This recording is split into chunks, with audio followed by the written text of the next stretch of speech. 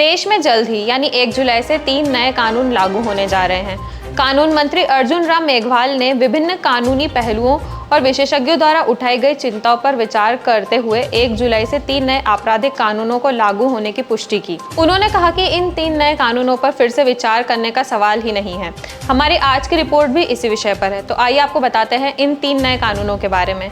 नमस्कार, मैं अश्वसी जोशी स्वागत करती हूँ आपका यूबीई न्यूज में, जहाँ हम न सिर्फ खबरें लाते हैं बल्कि उसका बारीक और सटीक विश्लेषण भी करते हैं। कानून मंत्री अर्जुन राम मेघवाल ने स्पष्ट किया है कि 1 जुलाई से 3 नए कानून क्रिमिनल लॉ में लागू होने जा रहे हैं। नए कानून को अमल में लाने के लिए नोटिफिकेशन जारी हो चुका है और उस पर कोई पुनर्विचार नहीं हो रहा है। हाल ही में सीनियर क्रिमिनल लॉयर इंदिरा जय सिंह ने कानून को लागू न करने को लेकर कानून मंत्री को पत्र लिखा था। साथ ही कई अन्य कानूनी जानकारों ने इस पर सवाल उठाया था। केंद्र सरकार ने आईपीसी से सीआरपीसी और इंडियन एविडेंस एक्ट की जगह 3 नए क्रिमिनल कानून बनाए हैं।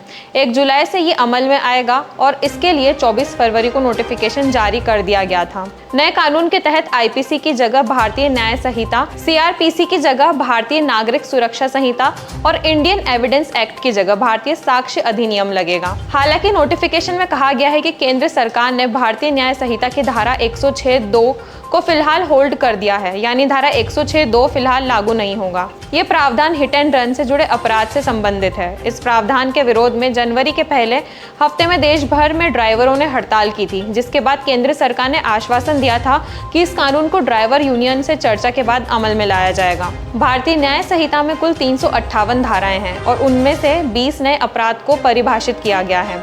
इनमें स्नैचिंग से लेकर मॉब लिंचिंग तक शामिल किए गए हैं। साथ ही 33 अपराधों में सजा बढ़ाई गई है। साथ ही 83 ऐसी धाराएं या अपराध हैं जिनमें जुर्माने की राशि भी बढ़ा दी गई है। 23 अपराध ऐसे हैं जिनमें न्यूनतम सजा का जिक्र नहीं था। इनमें न्यूनतम सजा को शुरू किया गया है। 19 धाराएं ऐसी हैं जिन्हें हटा दिया गया है। साथ ही सजा के तौर पर सामाजिक और सामुदायिक सेवा को भी रखा गया है।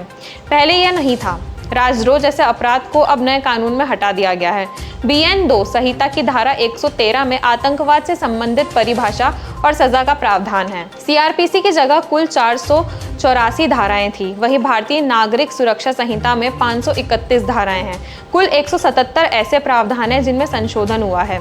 9 नई धाराएं हैं और कुल 39 उपधाराएं जोड़ी गई है। 14 धाराओं को निरस्त कर दिया गया है।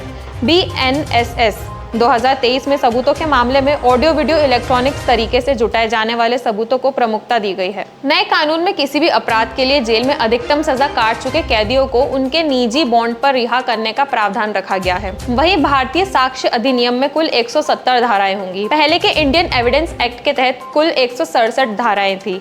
6 धाराओं को निरस्त किया गया है और 2 नई धाराएं और 6 उपधाराओं को जोड़ा गया है। ऐसे प्रावधान किया गया है कि गवाहों की सुरक्षा के लिए कानून होगा। तो यह थी हमारी आज की खास रिपोर्ट और आपको ये कैसी लगी अपने विचार हमसे जरूर साझा करें। वीडियो पसंद आए तो उसे लाइक और शेयर करें। साथ ही चैनल को सब्सक्राइब जरूर करें। यूबीई न्यूज आपके लिए लाता रहेगा देश विदेश से जुड़ी ऐसी खबरें। तब तक के लिए धन्यवाद।